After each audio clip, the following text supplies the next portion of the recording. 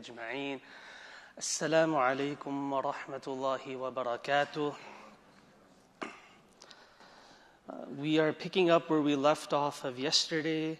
Yesterday we completed verse 127 of Surah An-Nisa, and today we'll be covering verse 128. I'll read the verse and then I'll read the translation and then we can delve into the Tafsir.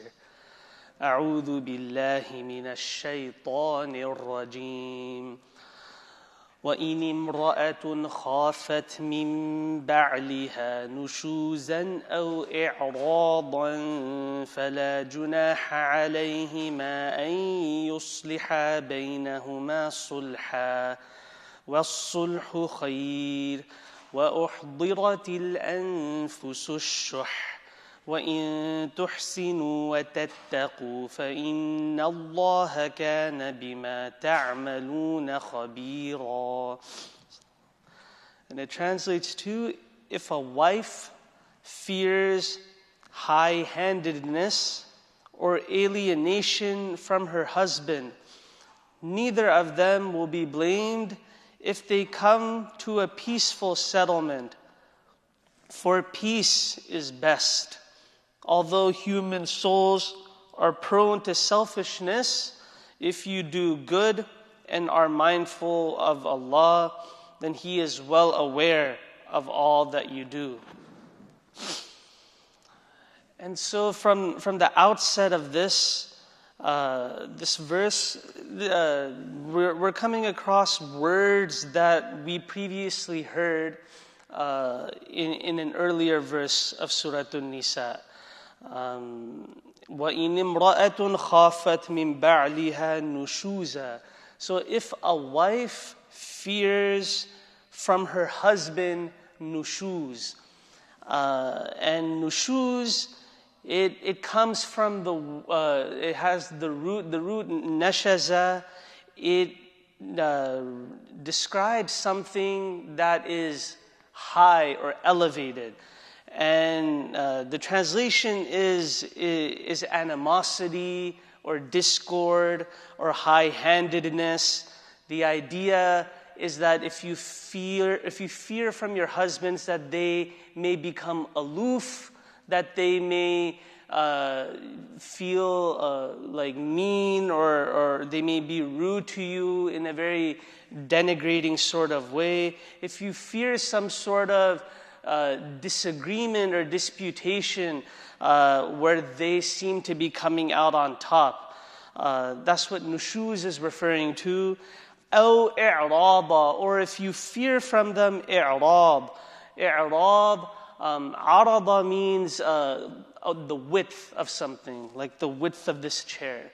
And something that is arid, it's something that is very wide or very long. I'rad means making something very wide or very long.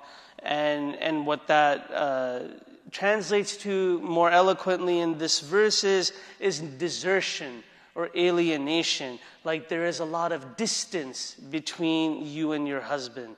And the verse continues, فَلَا جُنَاحَ عَلَيْهِمَا أَن يُصْلِحَا بَيْنَهُمَا صُلْحًا. Then know that there's no blame upon any of them, the husband or the wife, if they come to a peaceful settlement. And so what is interesting and what this reminds us of an earlier verse is that Allah uses this same word when He's describing husbands fearing nushuz from their wives. In the verse that we spent many sessions about, the الرِّجَالُ قَوَّامُونَ عَلَى النِّسَاءِ, later in that verse, وَاللَّاتِي تَخَافُونَ نُشُوزَهُنَّ, and for those wives whom you fear will have this nushuz. And Allah is very intentionally doing this in this verse, where He's again saying that, well, a wife may fear nushuz from her husband. And so what's a beautiful wisdom in this that Allah is making plain is that discord or animosity within a marriage It's never just one person or the other. That both, that can come from the wife and from the husband. And it's so beautiful because Allah is describing this exact verse from the perspective of the wife. That if the wife fears that this nushuz would come from the husband. And so it's important because Allah's making this sort of equitable, equal representation. A lot of people are under the assumption that الرِّجَالُ قَوَّامُونَ عَلَى النِّسَاءِ, that men may be above women in some regards, that their rank outranks wives. But Allah is being very explicit in this verse that both of these characteristics can happen to each of the spouse, to each the husband and the wife. And we continue, and this is so beautiful in its language. فَلَا جُنَاحَ عَلَيْهِمَا أَن يُصْلِحَ بَيْنَهُمَا صُلْحًا. That there's no blame, you don't have to worry about anything. If they come, أَن يُصْلِحَ بَيْنَهُمَا صُلْحًا. So if you hear, you can hear that I'm using, that the same word or root is being echoed. يُصْلِحَ بَيْنَهُمَا صُلْحًا. And this concept in Arabic grammar, it's known as, this is the maf'ul mutlaq. This is used for emphasis. Like in another verse, Musa is described, وَكَلَّمَ اللَّهُ مُوسَى تَكْلِيمًا, that Allah spoke to Musa taklim, in speech. What this really means is that Allah directly spoke, that He was mukhatib with Musa on the Turi Sina, on that, at that moment.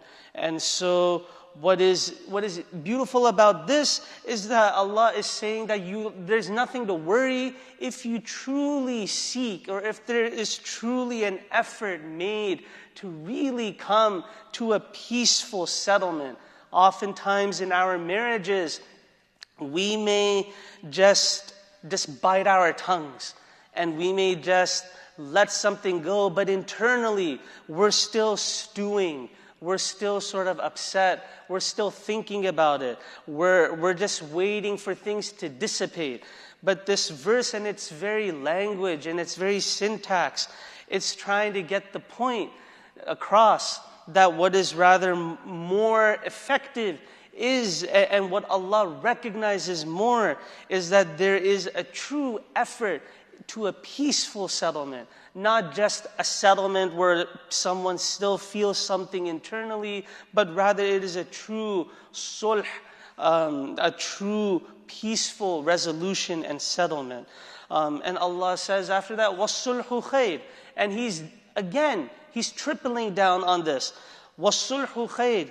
That peace and something that is correct, and this sort of easing of difficulties and tensions, that is what is better. That is what is best. And the Tafsir commentary about this, it alludes to an incident where the Prophet ﷺ's wives, one of his wives, her name is Sauda, she was one of the elder wives of the Prophet ﷺ.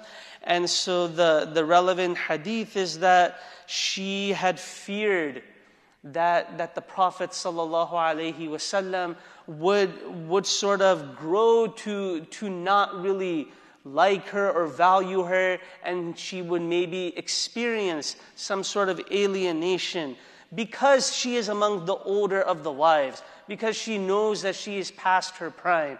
And so what she did is that she gave the Prophet ﷺ a way out of their nights together. That the Prophet would go to his wives on each night so that he would spend an equitable time with all of them.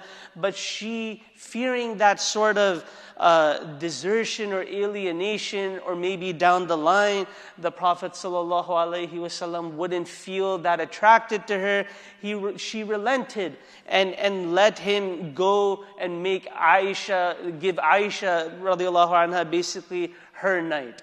And so this story, it's also beautiful because this was something that our mother Sauda, she did proactively. She didn't do as the result of something that was bad, as the result of a discord, but she feared something that would happen. And so this verse also sort of extols the virtue of that. And it makes that plain as day, that these are things that we should be doing if we fear something, that we anticipate, so that we prevent things from getting into a difficult or poor state. And again, all of this is undergirded by the notion that وَالصُّلْحُ خَيْرٌ, that what is ultimately better than anything else, that what is better than the nushuz, the i'rab, and then perhaps or perchance the talaq, the divorce that may follow after, is was-sulh, is that goodness. And Allah knows that this is difficult for us, and this is why right after this He says, وَأُحْضِرَتِ الْأَنفُسُ الشُّحْ, and human souls, وَأُحْضِرَتِ, what gathers in the human souls, or what comes naturally into the human souls, is shuh, is stinginess. And all the time in our marital relations, in our regular lives with our spouses, we find this plaguing us a lot of the time.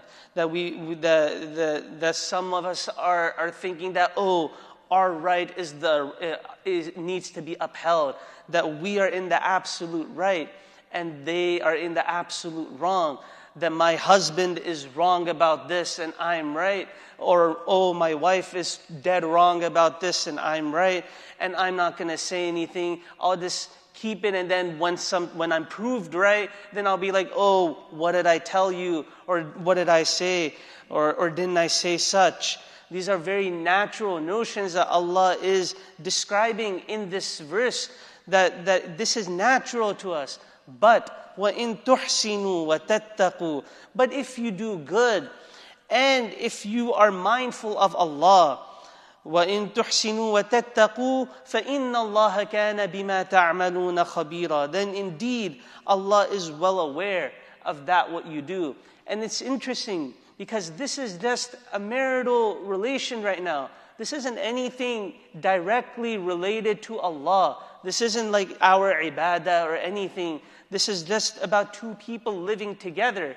And a lot of times, what we think is that if we do something like this, if we turn the other cheek, if we forgive, then maybe not something good comes out of this. But Allah is saying that I am well aware of all it is that you're doing. So if you do this good, and if you're doing this with the mindfulness of Allah, that you're doing this because you know Allah will be happy, if you make that part of your niyyah when you're going through these disagreements and disputations, then you will get your reward. Then Allah is well aware of everything that you're doing, and He will tally that up and He will record it in your ledger. And so we ask Allah that He gives us healthy, beautiful, issue-free marriages, and that whenever issues do arise, inevitably, that we always seek sulh, that we always seek reconciliation, and that it is a true beautiful sulh, because وَالصُّلْحُ خَيْرٌ. آمين. أقول قولي هذا وأستغفر الله لي ولكم. سبحان ربك رب العزة عما يصفون وسلام على المرسلين والحمد لله رب العالمين.